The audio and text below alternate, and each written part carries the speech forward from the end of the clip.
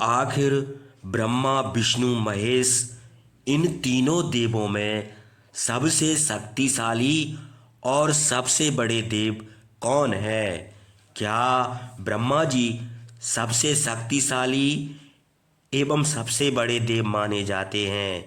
क्या भगवान विष्णु को सबसे शक्तिशाली और सबसे बड़े देव माने जाते हैं? क्या ब्रह्मा विष्णु से भी ज़्यादा शक्तिशाली और सबसे बड़े देव भगवान महादेव को माने जाते हैं? आखिर इन तीनों देवों में सबसे बड़ा और शक्तिशाली देव कौन है? तो आइए हम जानते हैं इस छोटे से वीडियो के माध्यम से। यह कथा शिव पुराण से ली गई है। इसे पूरा अंत तक जरूर सुने, क्योंकि आधी अधूरी कथा को सुनने से पुण्य लाभ नहीं मिलता और हमें ज्ञान भी अर्जित नहीं होता। अगर आपको वीडियो अच्छी लगे तो लाइक शेयर भी कर दीजिएगा और हमारे धार्मिक चैनल जय करीला धाम को सब्सक्राइब भी कर दीजिएगा। तो चलिए हम कथा को आगे बढ़ाते हैं। पूर्व काल में श्री विष्णु अपनी पत्नी श्री लक्ष्मी जी के साथ शेष शैया पर शयन कर रहे थे। तब एक बार ब्रह्मा जी वहां पहुंचे और विष्णु जी को पुत्र कहकर पुकारने लगे। पुत्र उठो, मैं तुम्हारा ईश्वर तुम्हारे सामने खड़ा हूँ। यह सुनकर विष्णु जी को क्रोध आ गया। फिर भी शांत रहते हुए वे बोले, पुत्र तुम्हारा कल्याण हो। कहो अपने पिता के पास कैसे आना हुआ है? यह सुनकर ब्रह्मा जी कहने लगे, मैं तुम्हारा रक्षक हूँ, सारे जगत का पितामह हूँ, सारा जगत मुझ में निवास करता है। श्री विष्णु जी बोले, तू मेरी नाभि कमल से प्रकट होकर मुझसे ऐसी बातें कर रहा है। इस प्रकार दोनों में विवाद होने लगा। तब वे दोनों अपने को प्रभु कहते कहते एक दूसरे का वध करने को तैयार हो गए। हंस और गरुड़ पर बैठे दोनों परस्पर युद्ध करने लगे। ब्रह्मा जी के वक्ष स्थल में विष्णु जी ने अनेकों अस्त्रों का प्रहार करके उन्हें व्याकुल कर दिया। इससे कुपित हो ब्रह्मा जी ने भी पलटकर भयानक प्रहार किए। उनके पारस्परिक आघातों से देवताओं में हलचल मच गई। वे घबराए और त्रिशूलधारी भगवान शिव के पास गए और उन्हें सारी व्यथा सुनाई। भगवान शिव अपनी सभा में उमा देवी सहित सिंहासन पर विराजमान थे और मंद मंद मुस्कुरा रहे थे। महादेव जी बोले, पुत्रों मैं जानता हूँ कि तुम ब्रह्मा और विष्णु के परस्पर युद्ध से बहुत दुखी हो।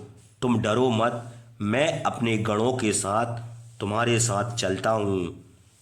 तब भगवान शिव अपने नंदी पर आरूढ़ हो देवताओं सहित युद्ध स्थल की ओर चल पड़े। वहां छिपकर वे ब्रह्मा विष्णु के युद्ध को देखने लगे।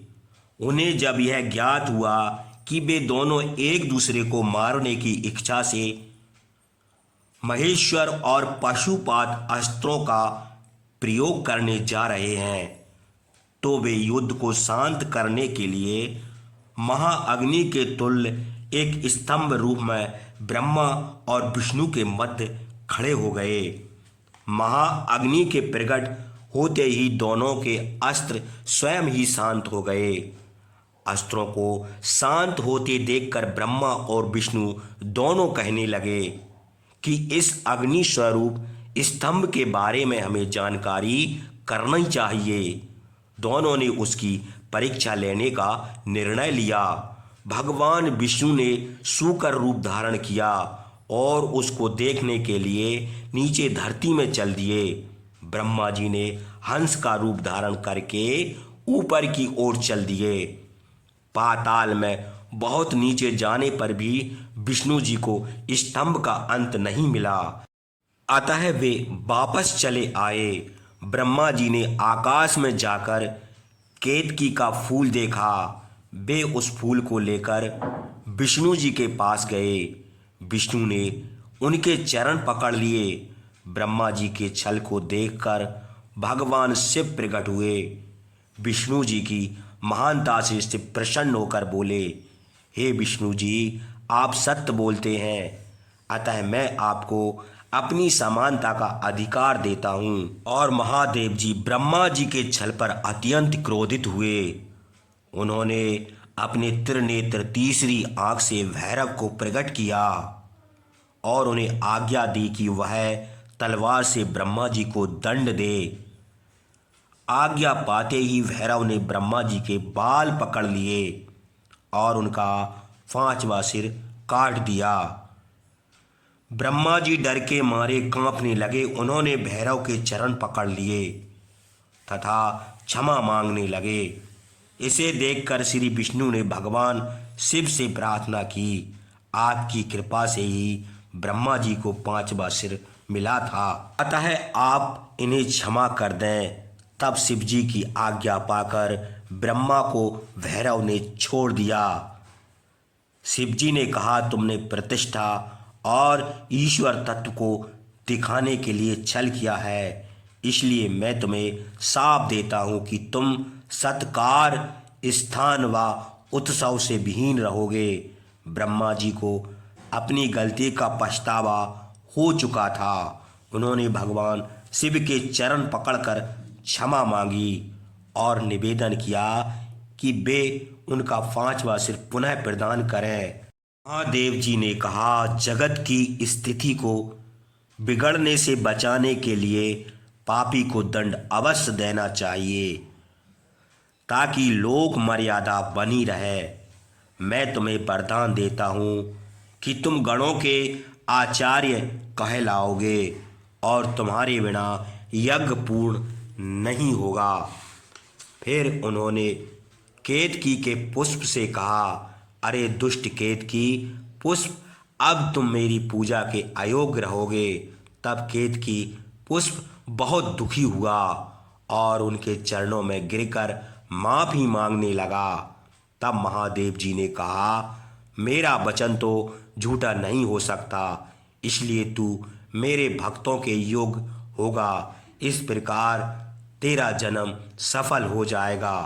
ब्रह्मा और विष्णु भगवान शिव को प्रणाम कर चुपचाप उनके दाएं बाएं भाग में खड़े हो गए। उन्होंने पूजनीय महादेव जी को श्रेष्ठ आसन पर बैठाकर पवित्र वस्तुओं से उनका पूजन किया। तो भक्तों, अब आप जान गए होंगे कि ब्रह्मा, विष्णु, महेश इन तीनों देवों में शक्तिशाली और सबसे बड़े देव कौन है। अगर आपको हमारी प्रस्तुति अच्छी लगे तो वीडियो को शेयर करना ना भूलें। भगवान शिव शंकर संपूर्ण सृष्टि की रक्षा करें। एक बार बड़े प्रेम से बोलो, हर हर महादेव।